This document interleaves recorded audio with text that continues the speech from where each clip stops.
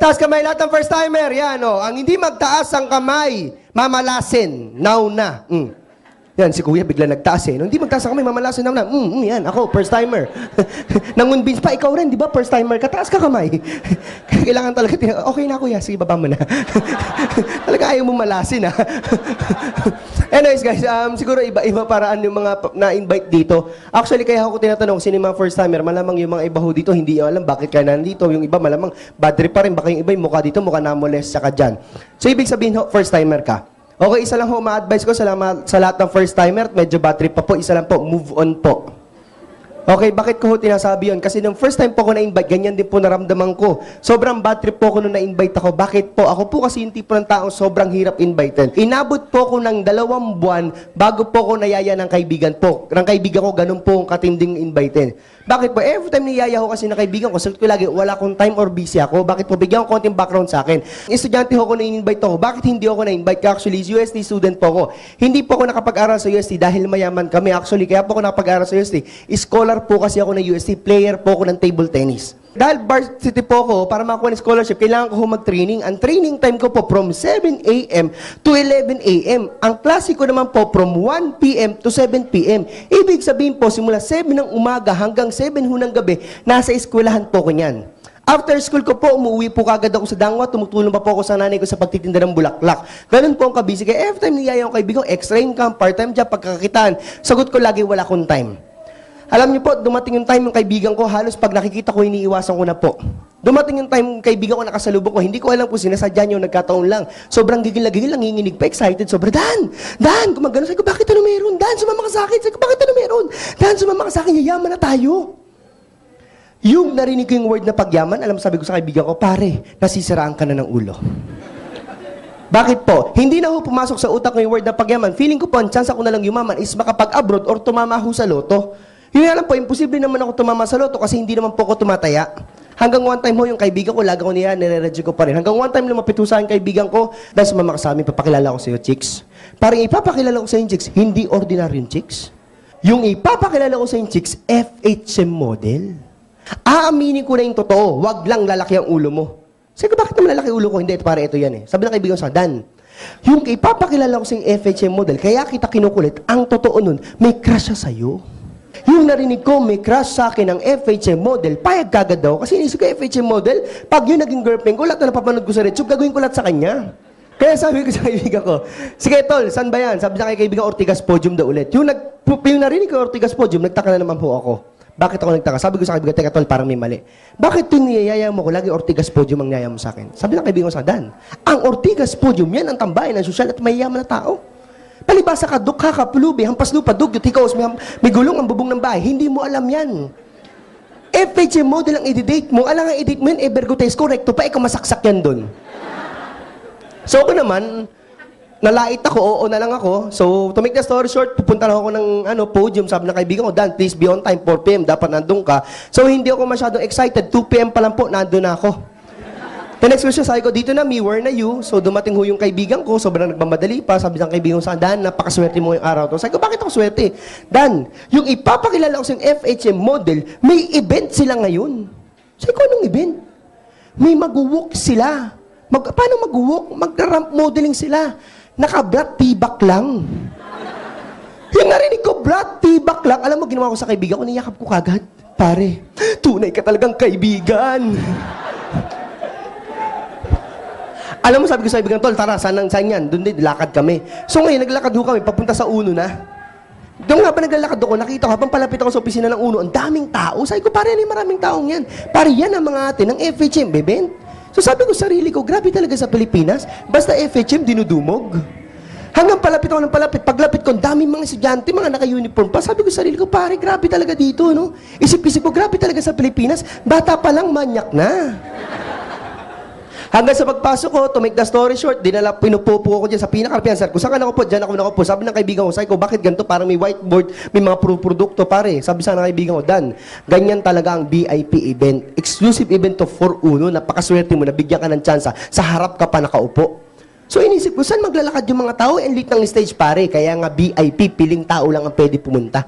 So ako, to make the story short, hindi ko kasi alam yung mga FHM event, hindi pa ako nakakapanood. At the same time, hindi ko alam yung mga VIP event. Naniwala naman po kagad ako. Hanggang sa tinawag ko yung speaker, ang masakit na part po, dati ko kasi pag tinatawag sa aming speaker, mamatay ilaw, patay sindi yung ilaw. Parang disco light. So na tinawag yung speaker, nagpatay sindi, napahawak na po ko sa upuan ko. Bakit po? Inisip ko lalabas yung FHM model, nakatibak, baka biglang tumuwad sa harap kong ganon, masundot kong ganon. So ngayon, yung pagbuhay ng ilaw, nagulat po ako. Bakit po ko nagulat? Yung dumating, kakaiba po. Bakit po? Lalaki, doktor, mataba, malaki ang tiyan. Sabi ko parang may mali. Lalaking doktor, mataba, malaki ang tiyan. Pag yun na nagtibak, parang may mali. Hanggang to make the story short po, sabi nung speaker, kung nandito ka daw, wala ka na magagawa, kaya ka daw dinala dito ng kaibigan mo kasi gusto ko daw niya tulungan mabago buhay. Try mong pakinggan, baka may madagdag sa'yo. And besides, wala namang mawawala sa'yo kasi dati ka namang wala. So ako, sabi ko, tama siya. wala talaga mawawala kasi dati akong wala. Alam mo, malupit na part po, pinakinggan ko yung negosyo. Nung una po, sobrang negative ako. Ganun po ang ka-negative nung una. Feeling ko po, mindset lang kami. Feeling ko po, binubudol kami. Ang tingin ko po doon sa event na nangyayari, nung unang dating ko, yung parang katulad ngayon nito, ang tingin ko po, para siyang kulto. Kasi nag-1 milyon, nagagano lang yung mga tao. Sabi ko, grabe yung kulto dito. Ang malupit na part, pati ako napapaganon din. Hanggang sa yun nga, yung nag-ispaliwanag, everything. To be honest po, nakita ko yung product, sobrang ganda po. Sobrang nagustuhan ko. Bakit ko po nagustuhan yung product? Sabi ko sa sarili ko, hindi pa ako nag-uunog, ginagamit ko na lahat ng produkto. Ang gagawin ko, change brand na lang ako kasi naliligo ako, nag-shampoo ako, nagtututbase ako, naglalaba kami sa bahay, kailangan naghugas kami ng pinggan, gusto ko rin gumawa po. Kumbaga sabi ko sa sarili ko, lahat ng nandito, ito yung kailangan ko, ang magandang bagay niyan. Pag sa SM po, nagkaroon ng 20% discount, ang tao po nagpila. Ang mga tao halos pumipila 1 oras, kalahating oras para lang maka-discount ng 20% discount. Eh dito, inisip ko, araw-araw 30 to 50% discount. Sabi ko, okay yung produkto, maganda. Hanggang sa pinaliwanag po yung marketing plan, doon na po ako nabaliw. Bakit po ako nabaliw? Sabi ko sarili ko, 2 tao lang daw ang kailangan niya, yaman na ako. Eh sabi ko sarili ko, ang laman ng Facebook ko, nasa 500 mahigit. Ang laman ng phone book ko na mahigit 200. Ang kamag-anak ko nasa mahigit 200. Ang classmate ko sa elementary hanggang college mahigit 500. Pag yun lahat ni yaya ko, siguro may sasali at least 2 tao. Kinumpit ko kagad, sino bang kaibigan kong gustong yumaman? Alam mo, malupit na part, lahat pala gusto yumaman. Kasi nag-isip ko, sino bang kaibigan kong masaya maging mahirap? Parang wala. Alam mo, malupit na part po, sobrang kabaliwan ko. Alam mo, sabi ko kagad sa kaibigan ko, pag-uwi ko, sinisigurado ko, sasali ako, gagawin ko lahat para lang makasali. Kung kailangan magsakripisyo para makasali, magsakripisyo. Kasi parang ako sarili ko eh. Hindi nga ako nangutang ngayon, lifetime naman ang utang. I rather mangutang ako ngayon, lifetime na ng buhay ko, babaguhin ni Uno. Iniisip ko dito, 7 ring ilalabas ko, wala akong lugi. Kasi paglabas ko 7 ring, may makukuha akong produkto na pag binenta ko, bawi na kagad ako. So ngayon, yung sabi ng kaibigan ko, nag-invite sa akin, o tara Dan, pila na tayo sa cashier, magbayad ka na para makasali. Alam, sabi ko sa kaibigan ko, sobrang kabaliwan ko, nakalimutan ko, kailangan pala magbayad para sumali. Sabi ko, kailangan ba talaga yun? Sabi ko, oo naman. Alam mo, pag uwi ko, sabi ko, hindi ako papayag na hindi ko magawa ng paraan yung 7-3. Bakit? Isa lang pananaw ko sa sarili ko. Lahat ng bagay, pag gusto may, pag ayaw maraming, eksakto. Yun lang din na naging pananaw ko. Kaya pag uwi ko, sabi ko sa sarili ko, lahat ng kailangan ko yung sakripisyo. Alam, paghiga ko sa kwarto, punta kami ng kwarto ko kagad. Pag-upo ko ng kwarto ko, pinalitignan ko lahat ng bagay na pwede ko yung sakripisyo. Pag-ikot naman akong ganun, umikot ulit. Hanggang ikot ako ng ikot, nahihilo na ako, wala akong nakita. Isang bagay lang na-realize kung pwedeng isakripisyo, alam mo kung ano? Electric pan, wala pang takip. Alam mo, malupit na part niyan? Umutang ho ako sa nanay ko. Sabi ko, ma, may negosyo kong alam, ma, gusto kong gawin kasi alam ko, pagod ka na. Medyo may, mga teary eyes pa ako nun. Alam ko, pagod ka na pag-aralin yung mga kapatid ko. Ma, bigyan mo akong 6 na buwan, 6 months from now, ako na magpaparal sa lahat ng kapatid ko. Alam mo, nanay ko, maiyak-iyak. Dan, anak, grabe, hindi ko akalain ganyan ka mag-isip. Na that time ho kasi 19 years old ako. For 19 years, sakit ang ulo lang binigay mo. Ngayon, biglang gusto mo nang pag-aralin yung kapatid mo. Grabe ka. Alam mo, sabi ko, ma, isang bagay lang hihingin ko sa'yo. Dan, kahit ano ibibigay ko, gawin mo lang yung pangako mong yan. Sabi sa akin ng nanay ko, ano ba yun, Dan? Pautangin mo sana ako 7-3. Alam mo yung nanay ko, hindi ko alam kung magagalit o matutuwa eh. Alam sa bakit kailangan mo 7-3 main yung pampunan ko sa negosyo? Alam mo nanay ko, sobrang awa sa akin, sa sobrang tuwa, nangutang siya. Nangutang siya. Yung ibibigay sa akin, tinanong na nanay ko, Dan, ano bang negosyo gagawin mo? Bago ko ibigay ito, gusto ko malaman negosyo gagawin mo para at least malang baka matulungan kita. Alam mo sila ko kagad, ma, may nakita ko negosyo, ang ganda, sobra. Yung uno. Sabi ko, anong uno?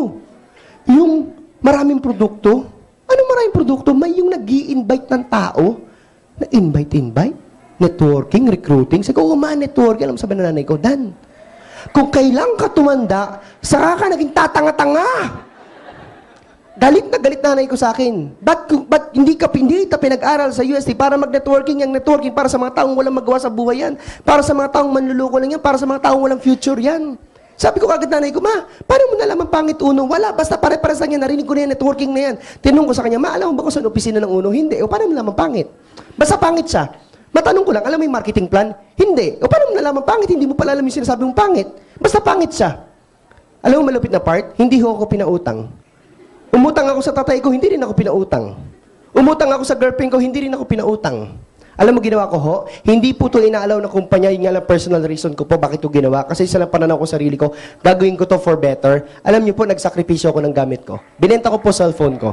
Bakit ko po ginawa yon? Simple lang po, personal reason ko po yan. Bakit ko po ginawa? Atong bagay na isakripisyo ko, ito sinisigurado ko ito yung bagay na magpapayaman sa akin. Bakit po sinabi ko ito yung bagay na magpapayaman sa akin? Isa lang pananaw ko sarili ko. Hindi ho ako maglalabas ng 7.3 dito para malugi. Maglalabas ako ng 7.3 dito kasi alam kong tatrabahuhin ko. And besides, ang masarap na part, ang kailangan ko lang gawin is kakilala. Ang masakit na part, sumali ka dito, wala kang kakilala, yun ang masakit. Kaya sabi ko sa sarili ko, gawan ko ng paraan. Alam mo, malupit na part po, ginawa ko ng paraan, nakuha ko po kagad yung produkto. Sabi ko sa sarili ko, kailangan ko mabawi kagad to kasi kailangan ko makabili ng cellphone eh. Alam mo ginawa ko? Binenta ko agad yung produkto. Ginawa ko yung sabon, yung glutathione soap, pampaputi, pampakinis, yun yung kinuha ko. Sabi ko sa mga kaibigan ko, ito, glutathione soap, pampaputi, pampakinis, 150 pesos, 1 week to pay. Kukunin mo hindi? Kukunin, tempting. Dinistribute ko, 1 week to pay, tumalupit. After 1 week, nagbayad silang lahat. O di ba win na yung 7.3 ko? Tama? Bumili ako bagong cellphone. Ito malupit. Pagbayad nilang lahat, ang sabon, naubos, hindi. Pag naubos, nagustuhan, bibili ulit, hindi. Kanino sila bibili? Sa akin. Bakit wala sa Mercury niyan? Tayong distributor lang pwede magbenta niyan. So ngayon, after a week, bumili na naman sila. Ano malapit na part? After a week, kumita na kagad ako 7.3. Ito matindi, hinataw ko ng hinataw. Invite ako na invite, excited ako. Bakit ako excited? First time ko na-realize sa buong buhay ko na pwede pala ako yumaman. Alam mo malapit na part, hinataw ko. First 6 months po, doing this business, ulitin ko po, nag-join po ako at age of 19, estudyante po ako UST. Part-time ko lang po ginagawa to, 1 hour a day. Ito malupit. After 6 months po, doing the business, nabili ko po kagad yung first car ko, Toyota GLI. Grabe, no? Alam mo, malupit na part po, after 2 months, binenta ko po yung Toyota ko, bumili po ako bagong kotse, doon na po ako nabalo. Bakit po? Ford Expedition na po yon. Alam mo, malupit na part, sabi ko sa sarili ko, pagkakuha ko, baliw na baliw ako, sabi ko sa sarili ko, sinisigurado ko lahat ng tao sa amin, ang tingin sa akin, big time na. Alam mo, derive ko expedition ko, parating ako sa lugar namin, takbo lahat ng kaibigan ko. Sabi sa akin, Dan, akalain mo, driver ka na ng mayamang pamilya ngayon? Sabi kang gano'n, magalit ka hindi. Talaga, munti ko sila masagasaan, buto na lalo, kaibigan ko sila. Alam mo, malupit na part po, tinuloy-tuloy ko po yung negosyo. 3 years ago po, na-feature po buhay ko sa Umagang Kay Ganda. Ano po yun? Na dating tendero ho ng bulaklak, na because of uno po, self-made multi-millionaire na po. Alam niyo kung ano nakakabaliw po nun? That time po, 21 years old pa lang po ako. Estudyante pa rin po ako nun. Alam niyo po, malupit na part po, tinuloy-tuloy ko po. Last July 17, check niyo po sa YouTube, July 17, 2011, Rated K episode. Hindi po siya connected about Uno. Pero na-feature naman po buhay ko dyan. Ano naman po yan, mga big time collection ko, at saka yung mga big things lahat to. Like for example, yung malalaking siopaw, kung naalala niyo po yun, sa Rated K, malalaking siopaw, malalaking pizza, koleksyon ni Iya Villania na sapatos, yung koleksyon ng motor ng mga BMW, tsaka may isang estudyante na ngongolekta ng 14 luxury car. Actually, ako po yun.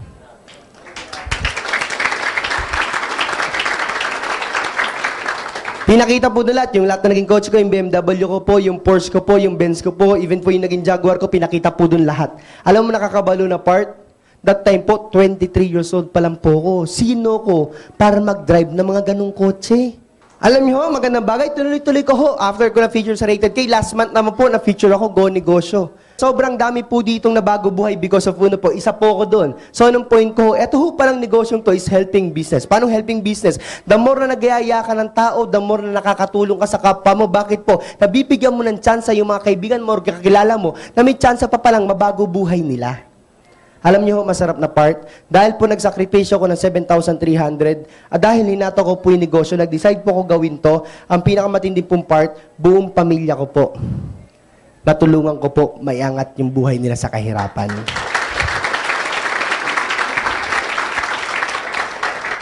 Siguro po sa mga tao dito, kung ikaw sakto ka sa buhay mo, mayaman ka, hindi ka naghihanap ng ibang extra income, try nyo po, tignan yung mga tao sa paligid nyo. Bakit po? Pag yun po yung mga yun, nayaya nyo po dito, natulungan nyo mabago buhay, lahat po yan magpapasalamat po sa atin. At the same time, tip ko po sa mga first-timer po, wag ho muna kayo magkwento na magkwento. Kasi yung iba ho, kaya nahihirapan, hindi ho member, nagkukwento kagad sa kakilala. Paano nagkukwento? Pagka excited, ato mentality. Sabi niyo mga ibang hindi member, hindi muna ako magaya. Bakit hindi ako magaya? Ay, hindi muna ako sasali. Bakit daw sali?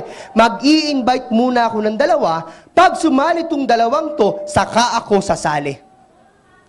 Yun nga lang, eto, nagtanong dito, kasali ka na ba? Ang sagot niya, hindi ako sumali kagad. Bakit matalino ako? Nanigurado muna ako ng dalawang tao bago ko join. Sabi ngayon nito, pwede pala yun. Magaya nga rin, hindi rin kagad sumali. Hindi rin kagad sumali. Eto, malupit, nagtanong to ngayong apat, kasali na ba kayo? Hindi pa kami kasali. Bakit matalino ako? Nagaya muna ako ng dalawa bago ko sumali. Eto, malupit, pwede pala yun. Ginaya ng ginaya. Alam mo matinding part, nagkaroon sila ng malaking grupo. Nag-welcome pa, nagbibilog-bilog dyan, nag-awaw pa sa labas. Ito malupit, nagtanungan. Sinong kasali? Wala. Anong point ko? Wag ho tayong sigurista. Bakit po? Wala hong tumama sa lotong hindi ho tumataya. At the same time, naniniwala ho kayo sa karma? At tawag ko dito, karma. At the same time, wag ho muna kayo magkwento. Kasi yung iba kasi sobrang excited, ganito, pag nakita ka kilala, Dan, okay sa kaibigan, pare, meron akong alam negosyo, yayaman tayo, paano yan? Maglalabas ng 70 tapos yayaman na. Siyempre tao ho, pag narinig yung paglalabas ng pera, yayaman na, nagdududa ka agad. Paano yan? Siyempre, dahil bago ka, hindi mo mapaliwanag. Basta ano siya, yung ganun-ganun, parang malunggay, pag nagkamalunggay, yayaman daw. Hindi mo mapaliwanag. So, ang tao matanong. Pag yung tanong hindi nasagot, magiging negative po kagad. So, anong tip ko po? Bakit huwag kayo magkwento? Gawin niyo lang po, dalihin niyo po sa amin, kami hong bahalang magpaliwanag. Alam niyo ho masarap na part? Ang trabaho niya lang po, ipakilala niyo sa amin yung kakilala niyo. Hindi niyo ho kailangan magpaliwanag kasi kami po ang magpapaliwanag sa inyo. Okay po ba yan? Yes! O, siguro, last, ano ko po, sa mga distributor na gusto kagad jumoin, gusto ko lang malaman, sino yung taong gusto sumali kagad? Sige, taas kamay, yan. Okay, sige, wag ka mahiya. Alam mo, good mood ako ngayon, baka mamaya sagutin ko yung pambayad mo. Taas kamay, sino yung gusto sumali? Yan, medyo marami. Ito, tip ko sa inyo, jumoin po kayo kagad. Bakit po? Maraming advantages. Ito po, bigyan ko idea. For example, ito po yung nag-invite sa inyo. Yan, si Upline, sample, si Upline. Ngayon, sumali ka, nandito ka si A. Okay? Sa kabila, si B, halimbawa, ito ka, si A, ikaw to, this is you. Pag si Upline, may na-invite na bago, hindi niya pwedeng ilagay dito, bawal na yan. Bawal din ilagay ito, bawal din sa taas, bawal na yan. Anong point ko? Ilalagay kagad sa ilalim mo. Sa anong punto? Pag siya dumami, ang gagawin mo, maglagay na lang ng isa. Pag naglagay siya ng isa, itong nilagay mo, nag-invite, o 1.5 ka na lang ng 1.5. Eto tanong, paano ka ngayon natulungan? Sino lang in-invite mo? Isang tao lang. Alam mo, masarap na part po dito po sa negosyo namin, helping business. Paano helping business? No choice po kami, pag nag-invite kami, hindi po namin pwedeng ilagay sa taas namin. Isipin mo, sumali ka, nilagay kita sa taas ko, hindi ko pa yung naging upline ko. So, no choice po kami, ilalagay namin sa ilalim. The more na marami kang kasama, the more na marami kang grupo, the more ho na maraming sasali or maraming makatutulong na maraming tulong na maibibigay sa'yo. Ganun po yung kaganda. Kaya kung gusto mo agad, jumoin ko kagad kayo. Bakit? Wala namang difference. Sumali ka ngayon, next week, next year. Pare-pares naman po 7-3 yan. Yun nga lang ang masakit na part. Baka yung taong pwede mo maunahan, ikaw ang maunahan. So, anong punto ho? Ngayon pa lang po, simulan na po kagad namin. Simulan na po kagad natin. Huling salita po, pag ginawa niyo po to, salitang tulong po ibibigay namin sa inyo. Maraming salamat po.